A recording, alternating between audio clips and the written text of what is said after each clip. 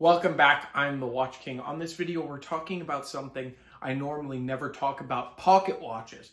Now, I had some in, that I have a few of them, and I picked out some of the examples that I thought were kind of cool. And I thought, who is going to buy these watches?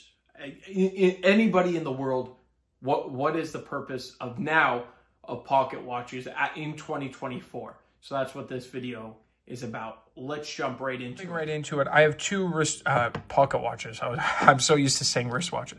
Pocket watches in front of me. One is Omega, one is Waltham. We're going to quickly talk about why I think that there's no real market for these. And I don't mean to roast anybody who has them. There's a slight, there's a market for anything, right? Fountain pens and stuff like that. But that's useful stuff. This is the one thing that I think that is not really useful anymore because my pockets, I don't know about your pockets, but my pockets are full and I definitely don't want to be lugging a watch around in them. I would rather wear it on my wrist, and I think most people agree the whole world changed to wristwatches. Now, people will disagree and say mechanical wristwatches have gone away, but they're more art, and then this people would consider art too. So let's keep going. This watch is 800 silver. It says it right there. So 800 means 80%. Oh, kind of flew there. Let's open it up right here. So Omega, I always thought of as a pretty, interesting high horology, not high horology, but horology, right? Their watches, especially nowadays, and even their vintage from the, I should say, 50s and 40s, pretty interesting. What they did here is really nothing special, right? This movement, some of them put Omega right there, but I think that's always done after. This one is not signed at all. There's no, I don't think it's a replacement movement either because it looks exactly how the other ones are. But there's no serial numbers on the movement. There's serial numbers on the case. Maybe that matches because there's one here and then there's also a serial number on this side. So maybe that's the serial number for the movement, but really nothing like this is done. Doesn't look that well, right? So then I go, okay, let me pick out another watch. I could have picked out a few more, but I don't want to make this video long. So I picked out this Waltham. Probably later, this was made. This is something of a base metal. It's not, yeah, that's another thing too. If you keep it in your wrist or you're sweaty, your hands might turn green, which is not appealing to anybody. I really hate that feeling. It feels like I'm being poisoned. But this movement, when I open it up, holy smokes, 17 jewels. So it doesn't look like it's ever been serviced. You got serial numbers on it. This is why the American watches are collectible, and I understand now. So that wraps it up, right? It's about, there's nothing really else to say.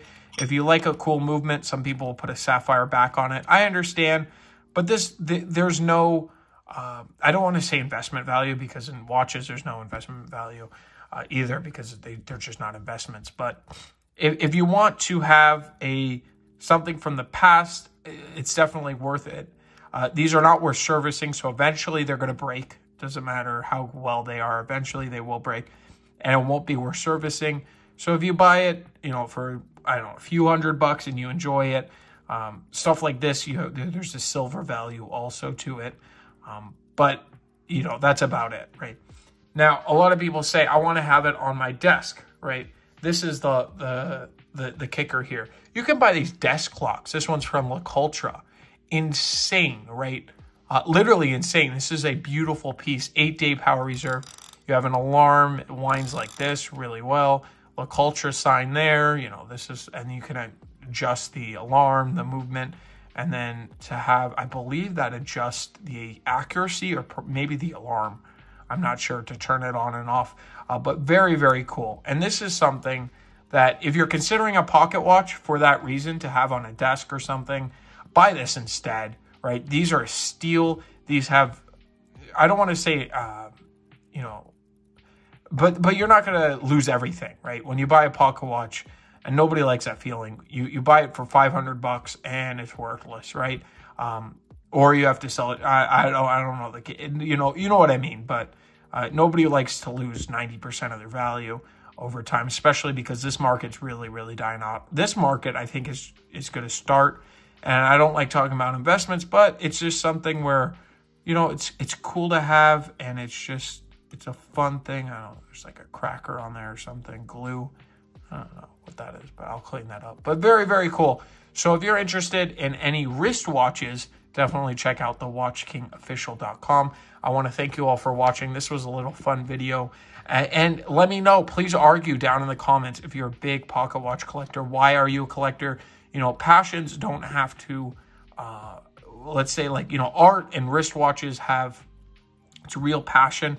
And I bet, especially desk clocks and pocket watches have people with that same passion. I'm just not one of them.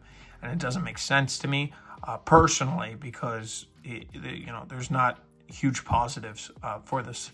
The wristwatch, you have art on your wrist. This just kind of takes up space.